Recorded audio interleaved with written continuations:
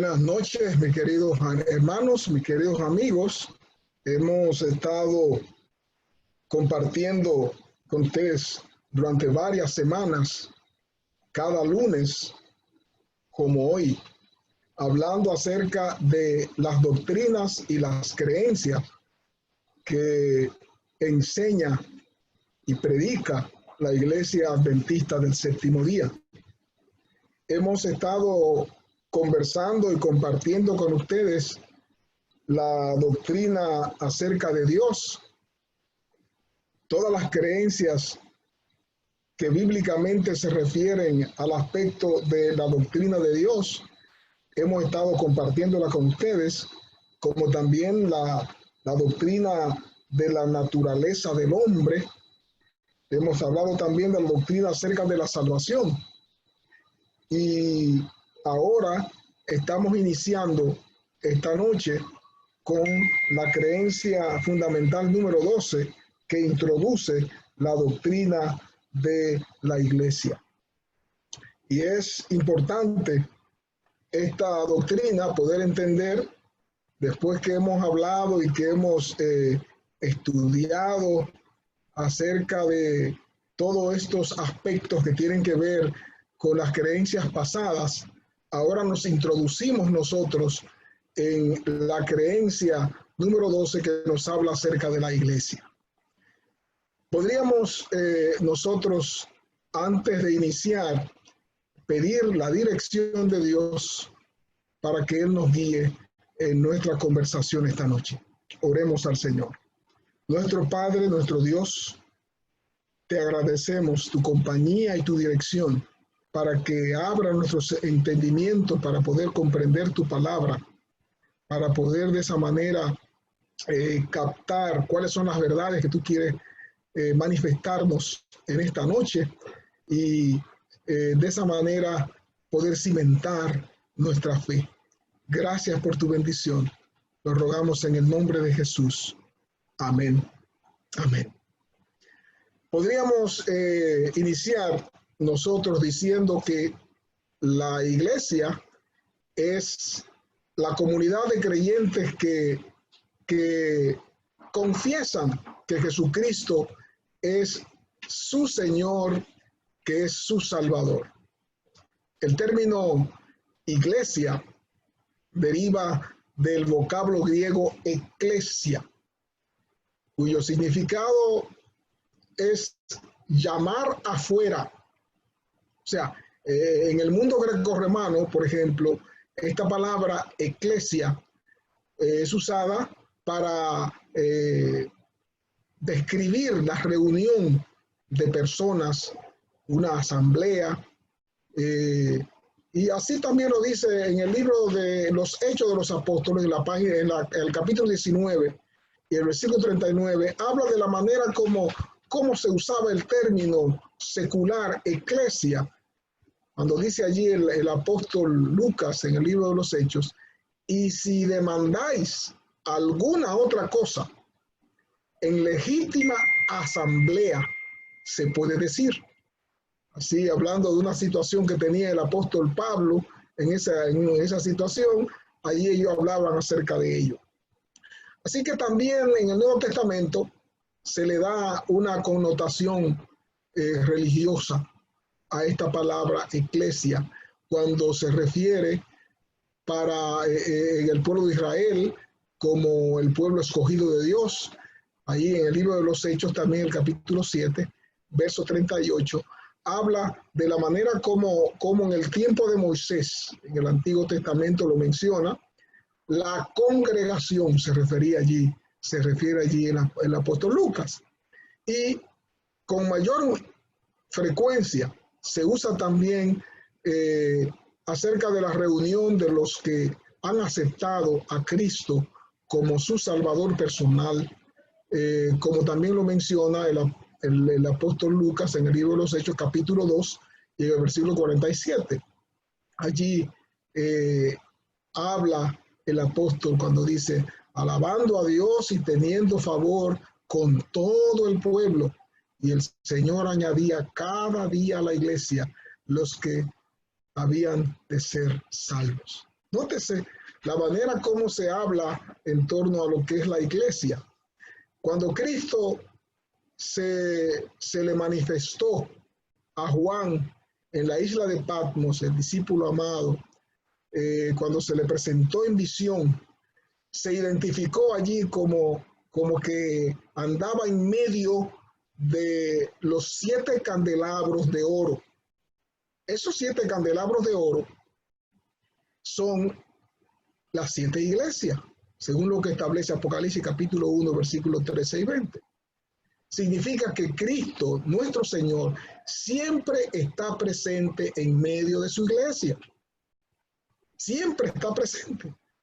Eso es lo que dice también el apóstol, el evangelista Mateo, el capítulo 18, versículo 20, cuando menciona allí, porque donde están 2 o 3 reunidos en mi nombre, allí estoy yo en medio de ellos. Qué interesante. Entonces, cuando hablamos en esta noche, quisiéramos que podamos por lo menos ver en 3 direcciones, responder por lo menos 3 preguntas.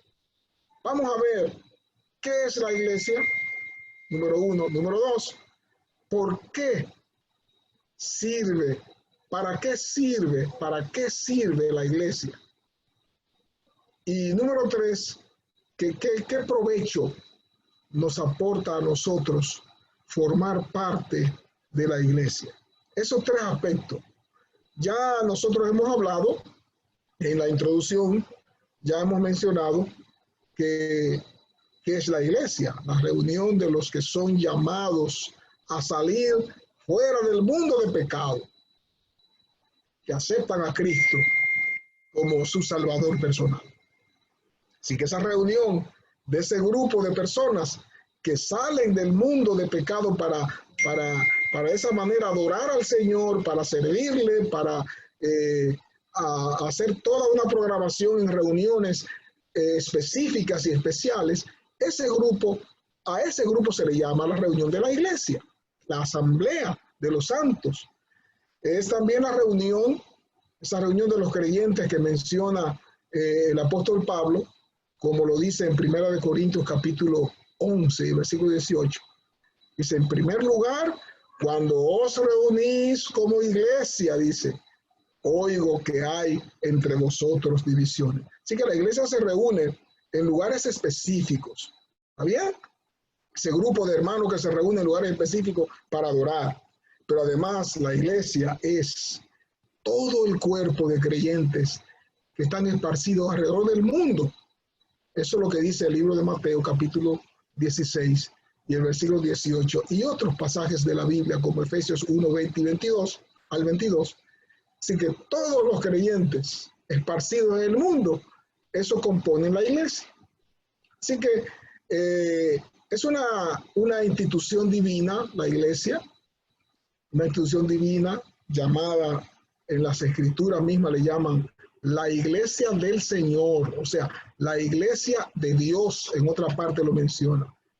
Y esa fue investida, instituida por nuestro Señor Jesucristo, y fue también quien invistió de autoridad a esa institución que él mismo formó, cuando dijo allí en Mateo 18, versículos 17 y 18, de cierto os digo que todo lo que atéis en la tierra será atado en el cielo, y todo lo que desatéis en la tierra será desatado en el cielo. Así que la iglesia está investida de autoridad divina.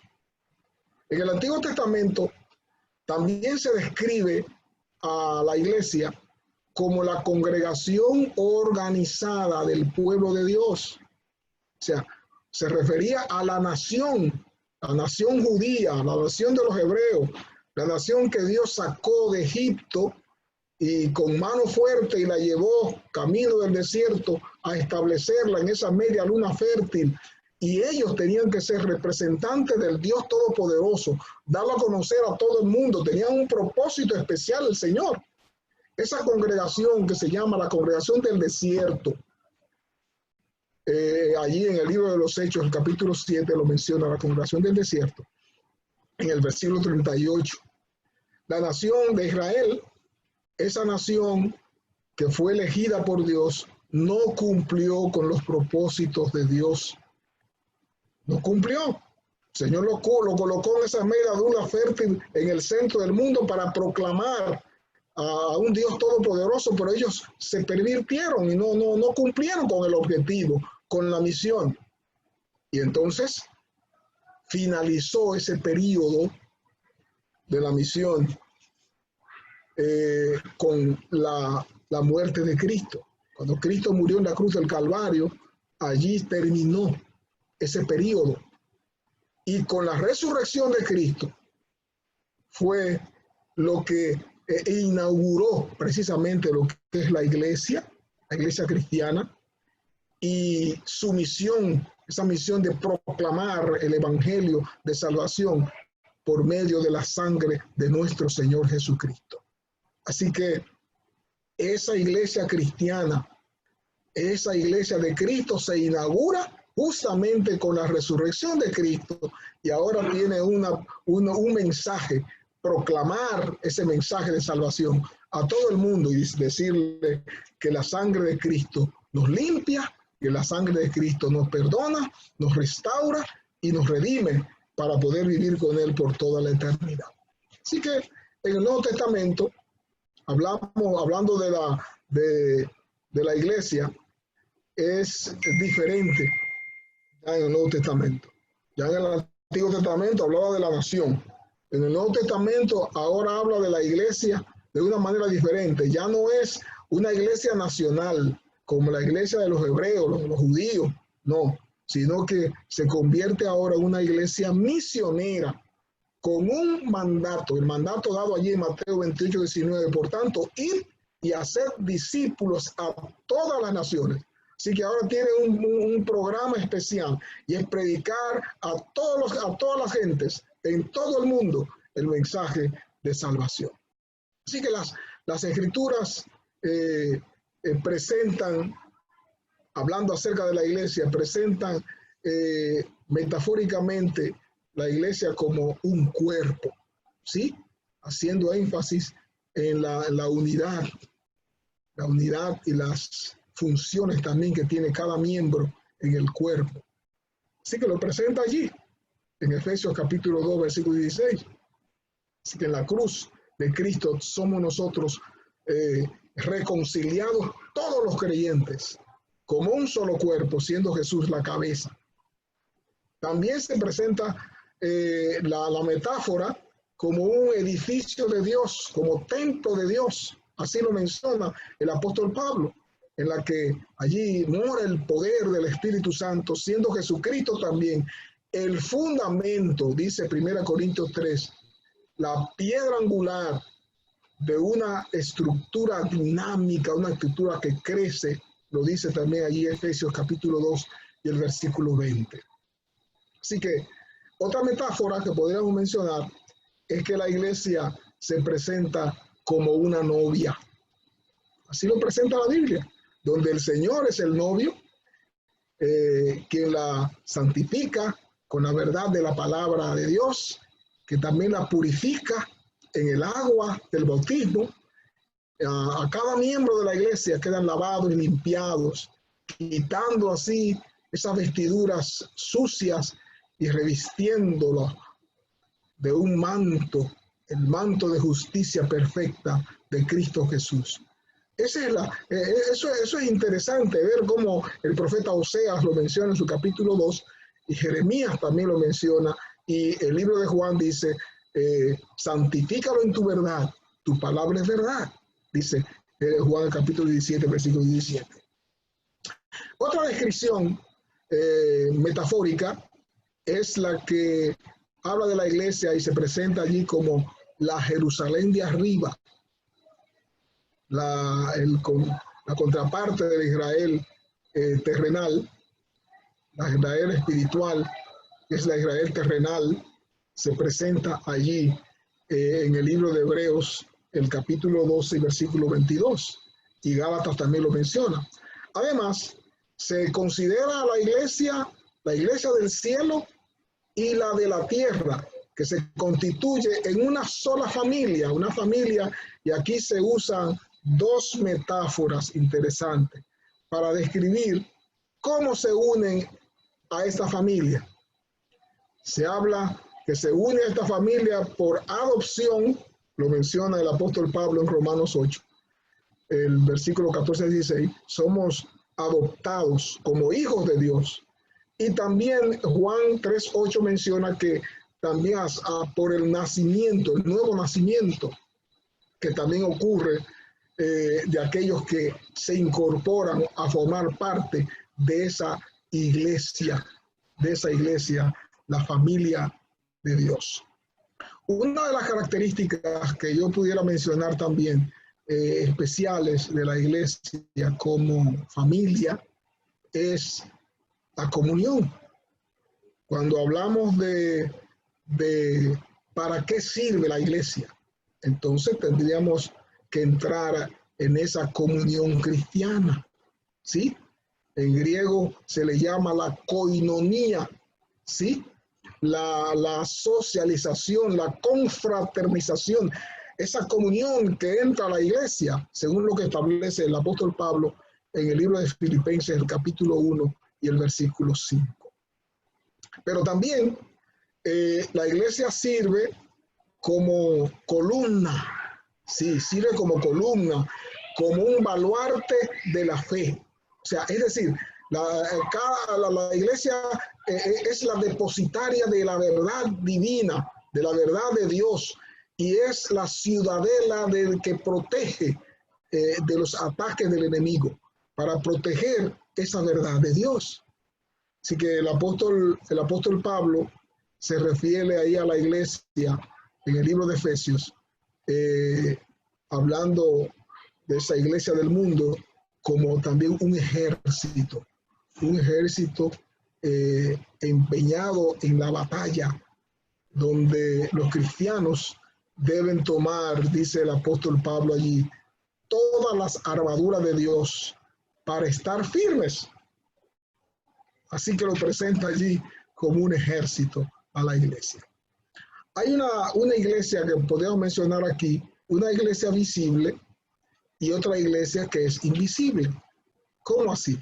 Bueno, la iglesia visible es el pueblo de Dios, ese pueblo de Dios organizado para ejercer un servicio y que cumple con lo que es la gran comisión de llevar el evangelio a todo el mundo, dar a conocer el evangelio de Dios a todo el mundo y preparar a un pueblo que se prepara para recibir a Cristo en su retorno, en su grande y gloriosa venida.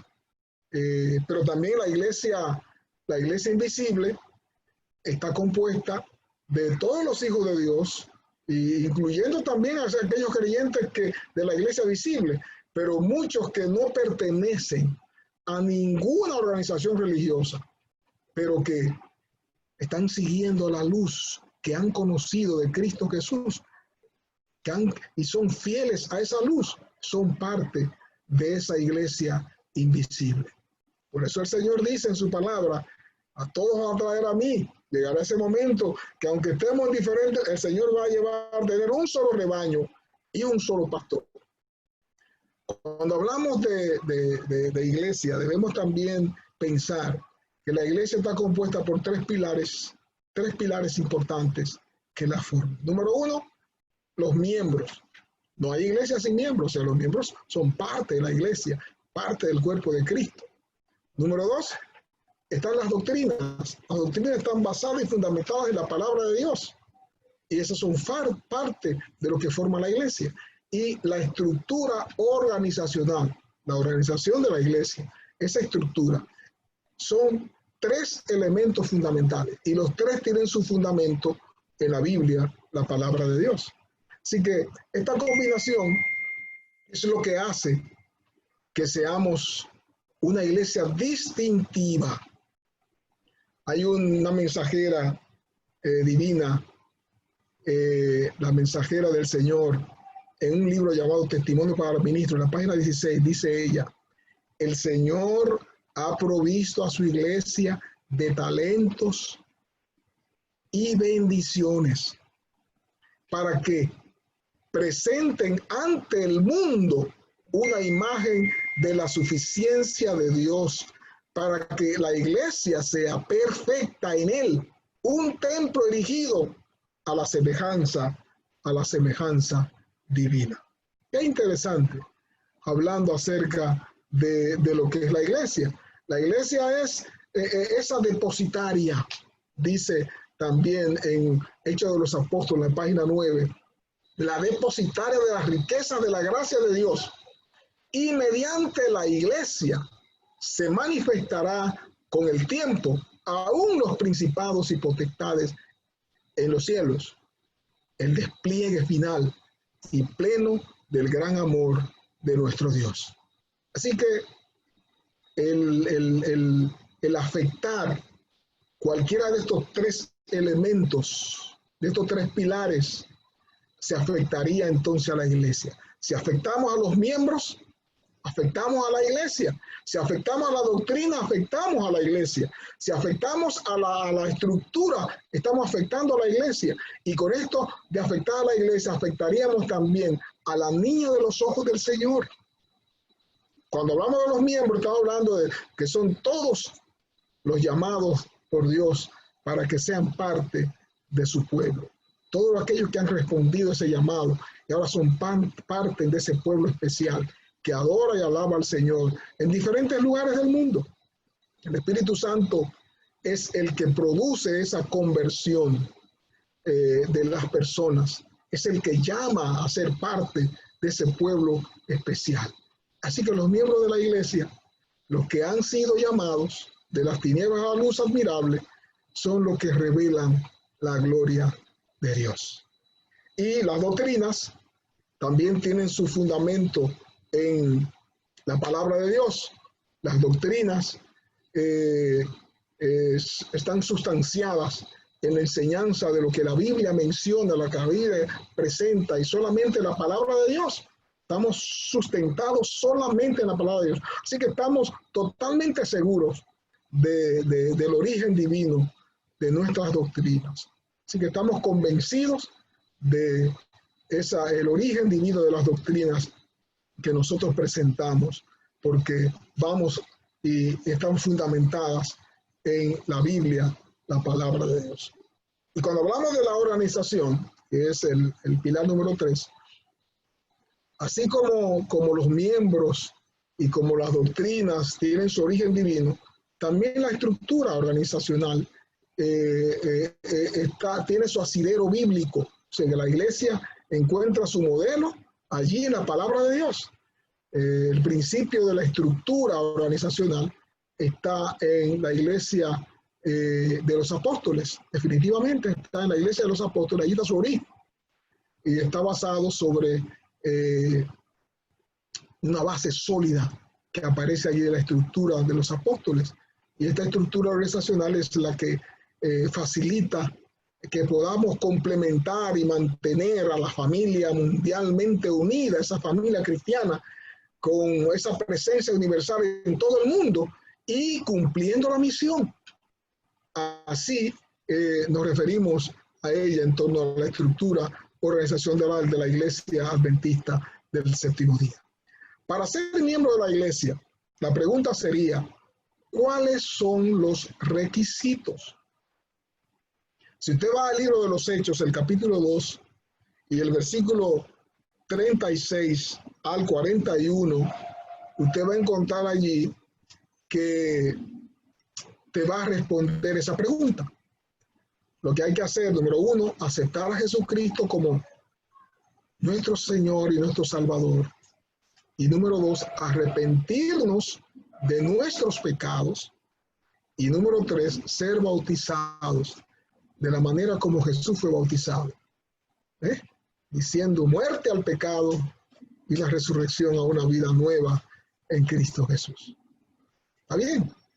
Así que en la iglesia también los miembros también se comprometen, porque hay que estar comprometido con la iglesia. No podemos sencillamente ser miembro y solamente asisto y estoy. No. Nos comprometemos a relacionarnos unos con otros, ¿no? sobre la base de una igualdad. Todos somos iguales, no importando los cargos que pueda tener la iglesia, todos somos iguales. Así que nos relacionamos con ese sentido de igualdad. Pero además, otro aspecto que tiene que ver con nuestro compromiso a ejercer ese sacerdocio de todos los creyentes, donde cada miembro tiene la responsabilidad de ministrar a otros en el nombre del Señor. Así que ese sacerdocio también está participando todos en ello. Otro compromiso también es que el miembro también participa de la adoración, de la exhortación en los cultos de la congregación, donde se propone ese refrigerio y se provee ese ánimo y ese gozo espiritual de todo. Alabamos juntos al Señor, le adoramos al Señor con programas diversos, ¿sí? Y otro aspecto de participación es que los miembros también participan en la comunión cristiana. O sea, la instrucción de las escrituras, como también la administración del bautismo, la administración del lavamiento de los pies, de la cena del Señor, esos ritos que son especiales en la iglesia, participamos también de ella. Otro aspecto que debo mencionar, que está en Mateo 24:14, que es el aspecto más especial y más contundente, donde todos tenemos que participar, es en la proclamación mundial del Evangelio de salvación. Servir como un canal de bendición para otros, proclamando el mensaje de salvación al mundo entero. Así que es lo que el Señor Jesús nos dejó para que sea predicado el Evangelio en todo el mundo, y luego entonces el Señor vendrá. Algo que no debe olvidarse es que la cabeza de la iglesia es Cristo Jesús. Ahí está el fundamento de toda la autoridad, en Cristo. Él estableció la iglesia cristiana, estableció ordenanzas que la iglesia debe administrar, la invistió el Señor de autoridad divina para actuar en su nombre, y envió a su Espíritu Santo para guiarla bajo la autoridad divina. El apóstol Pablo lo menciona en 2 de Timoteo capítulo 3, versículo 15 al 17, de esa investidura que Cristo da a su iglesia. Cristo, como cabeza de la iglesia, dejó la palabra de Dios como la única regla de fe, la única regla para guiar a su iglesia. O sea, nadie tiene el derecho de ejercer ningún tipo de autoridad independiente de Cristo, independiente de su palabra. O sea, todo debe estar centrado en Cristo Jesús. Todo debe estar centrado y ubicado en el fundamento que es la palabra de Dios. El Señor trabaja en este mundo y trabaja por medio de la iglesia. No se olvide eso. La iglesia cumple esos propósitos y lo cumple a través de la estructura de la iglesia. Esa iglesia organizada que es la depositaria de lo que es un canal de bendición para el mundo entero, la cual lo que hace la iglesia es facilitar el ambiente local, un mejor trabajo de crecimiento para la iglesia local en los diferentes lugares del mundo. Por esta razón, con el paso del tiempo, el crecimiento, la expansión de la iglesia, ha sido necesario ir añadiendo nuevos elementos en la estructura para poder guiar y dirigir. ¿Sabes? Cuando hay mucha gente, hay que buscar la manera de cómo guiar y dirigir mejor la iglesia. Cuando vamos al Antiguo Testamento, en el libro de Éxodo, capítulo 18, nosotros encontramos que las escrituras presentan allí la estructura que usó Moisés, la cual facilitó el trabajo para dirigir a ese gran pueblo en el desierto. Allí menciona la manera como Dios le dio a través de Jetro las instrucciones de cómo gobernar, cómo dirigir a ese pueblo. ¿Ves?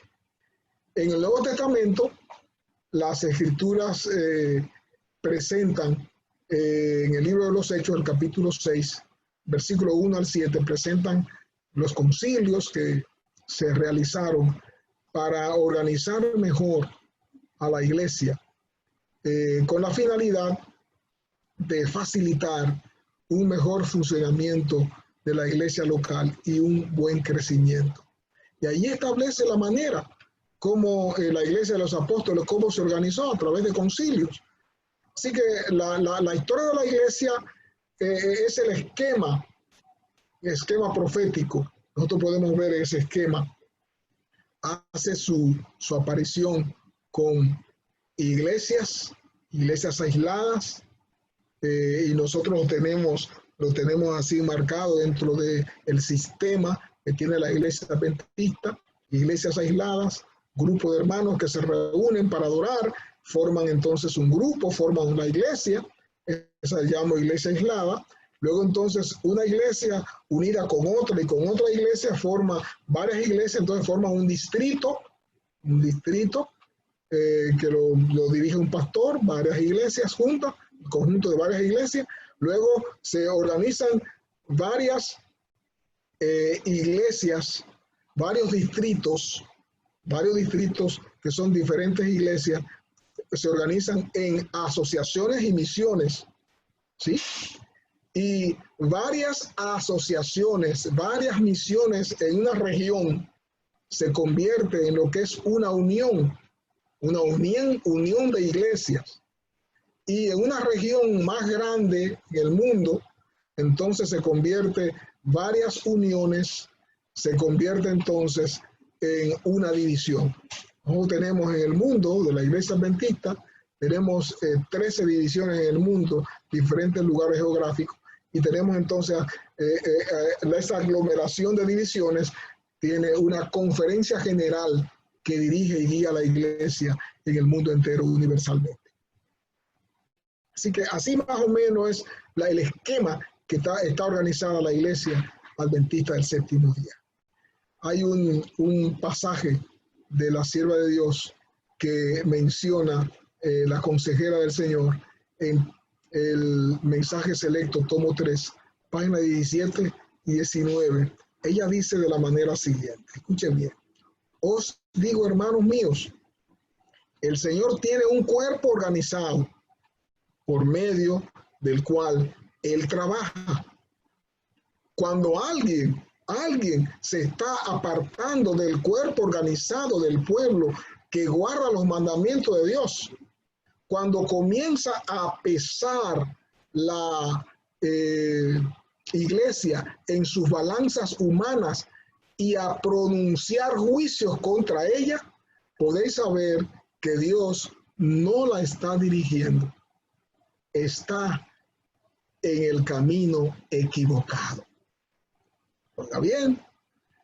Así que aparecen en diferentes lugares personas que tal vez están pensando de una manera diferente, vamos a cambiar esto aquí y allí. No, pero la iglesia es una iglesia organizada, es una estructura organizada. Por ejemplo, en el Nuevo Testamento se mencionan dos grupos de dirigentes y oficiales de la iglesia que aparecen allí en el Nuevo Testamento, en el libro de los Hechos, el capítulo 20, versículo 17, y Tito 1, 5 y 7, presenta allí presenta a los ancianos, los obispos, allí en griego presbúteros, o cuando habla de obispo, habla de episcopos, que eran los oficiales más importantes de la iglesia, según lo que establece el libro de los Hechos, capítulo 20. Y el segundo grupo de dirigentes habla de los diáconos y las diaconisas, del griego diáconos, que significa siervo o ayudador. Así que debían estar cuidando los asuntos temporales de la iglesia, mientras que los ancianos debían estar envueltos solo en el aspecto de la evangelización. Así lo presenta la Biblia en el libro de los Hechos, el capítulo 6, versículo 8, y el capítulo 8, versículo 5, y varios versículos más, hasta el versículo 40, hablan en detalle sobre este aspecto. Saben que Cristo también le concedió autoridad a la iglesia para disciplinar a sus miembros. Porque al hablar de una estructura, tenemos que hablar de que en esa estructura también entonces hay que disciplinar a los miembros. Cuando hay ofensas de un miembro a otro miembro, entonces ahí está el libro de Mateo 18, 15 al 17, que establece la manera como debemos abordar. Un hermano cuando tiene un problema con otro hermano, vaya usted solo. Y si el hermano no le escucha, llame a otro para que vaya con usted. Y si no quiere, vaya a la iglesia. O sea, hay unos pasos establecidos allí para dirimir las dificultades que puedan haber en la iglesia. El otro aspecto, ya voy a terminar, cuando las ofensas son públicas, fragantes, donde hay rebelión, donde hay dificultades más grandes, entonces usted va a 1 Corintios capítulo 5, versículos 11 y 13, donde también habla de lo que hay que hacer, que traen esos problemas que traen reproche y oprobio a la iglesia, entonces debe enfrentarse de inmediato con el aspecto de la desfraternización, porque es una ofensa ser borrado del libro de la iglesia como miembro, ¿sí? También aparecen individuos que causan divisiones, que causan dificultades, y allí el apóstol Pablo en 2 Tesalonicenses capítulo 3 habla acerca de ello. Se recomienda en todo esto, mis queridos hermanos y amigos, se recomienda la restauración. Cuando hay dificultades y problemas y ofensas, se recomienda que se pueda restablecer, que se pueda restaurar, que se pueda buscar a la persona, porque haya sido desfraternizado, porque haya sido disciplinado, no lo abandone, sino buscarlo. Y de esa manera tratar de mantenerlo como una familia, porque estamos para ayudar en ese crecimiento espiritual. Creo que hemos tratado de hacer una síntesis de todos los aspectos que hemos mencionado acá, y espero que cualquier pregunta que hayan tenido pueda resolverse con lo que ya hemos mencionado acá.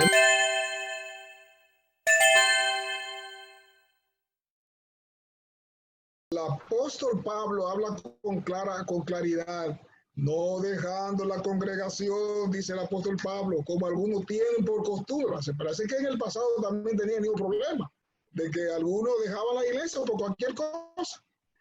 No dejando la iglesia. La iglesia es como un refugio, es un lugar que el Señor ha preparado para ayudar al crecimiento y al fortalecimiento espiritual del miembro. No es que porque usted no vaya allá, porque usted se va a perder porque no vaya a la iglesia. No. El Señor es misericordioso y conoce su necesidad. Ahora bien, el Señor fue que formó y organizó la iglesia. Él fue que la estableció. Y como Él estableció como ese refugio para la humanidad, para que podamos allí unirnos en ese crecimiento espiritual y podamos también unirnos en el compromiso de predicar el evangelio y ser una herramienta útil para salvar a otros. Así que no sé si estoy respondiendo bien tu pregunta. No es correcto que usted abandone la iglesia por cualquier cosa. Vaya y reconcíliese con el Señor, busque al Señor. Pero si hay algún impedimento, alguna situación de salud, alguna situación, el Señor no te va a condenar porque tú no vayas a la iglesia. Pero es un deber del creyente cristiano reunirse para compartir con sus hermanos y crecer en su vida espiritual.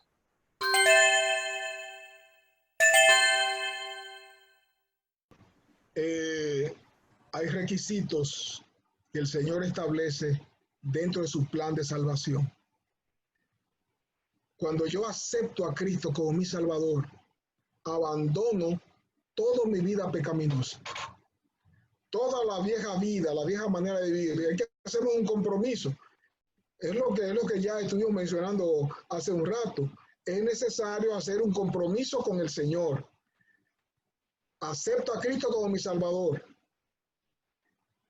Me arrepiento de todos mis pecados. O sea, cuando me arrepiento es porque voy a abandonar ese tipo de vida para vivir una vida en Cristo, y hago un compromiso haciendo un bautismo, diciendo ya a partir de ahora vivo una vida nueva, una vida diferente, muero la vida pasada para vivir una vida nueva en Cristo. Así que sí somos pecadores, somos débiles pecadores. Dios nos da las fuerzas para poder vencer el pecado, pero no pudiésemos nosotros alcanzar salvación viviendo en el pecado. Así que abandonamos el mundo, abandonamos la vieja vida de pecado para vivir una vida nueva en Cristo Jesús. Lo que necesita es aceptar a Cristo Jesús como tu Salvador. Es lo primero, es lo básico, es lo fundamental. Cristo Jesús es el que perdona, es el que limpia, es el que salva. Por lo tanto, lo primero que debo hacer es aceptar a Cristo como mi Salvador. Ahora, después que acepto a Cristo como mi Salvador, hay una serie de cosas que debo nosotros, para poder vivir en Cristo Jesús, que debo hacer. Entonces, tengo que tener conocimiento de las doctrinas bíblicas. Esto que estamos hablando, de diferentes creencias, está fundamentada en la Biblia. Tener ese conocimiento nos ayuda a mantenernos apartados del mal, porque el Señor quiere salvarnos, pero no puede salvarnos en el pecado. Él vino y murió en la cruz del Calvario para darnos el perdón de nuestros pecados. Nos quiere limpiar cada día y transformarnos cada día. Ese proceso de santificación, que en otro programa vamos a hablar de ello, ese proceso de santificación es un proceso de crecimiento continuo que debe tener el creyente cristiano. Por lo tanto, desde el momento que usted decidió que quiere ser diferente, que quiere vivir una vida diferente, que quiere alcanzar la salvación, lo primero que tiene que hacer es aceptar a Cristo como su Salvador personal. Bien, muchas gracias. Quiero invitarte, mi querido amigo, mi querido hermano, para que recuerdes y no olvides que el Señor organizó la iglesia, la organizó para salvar. Y tú eres parte de esos hombres y mujeres que necesitan la salvación. Así que lo que tengas que hacer, busca a tu Señor, reconcíliate con Él y únete a la iglesia que se prepara para el reino celestial.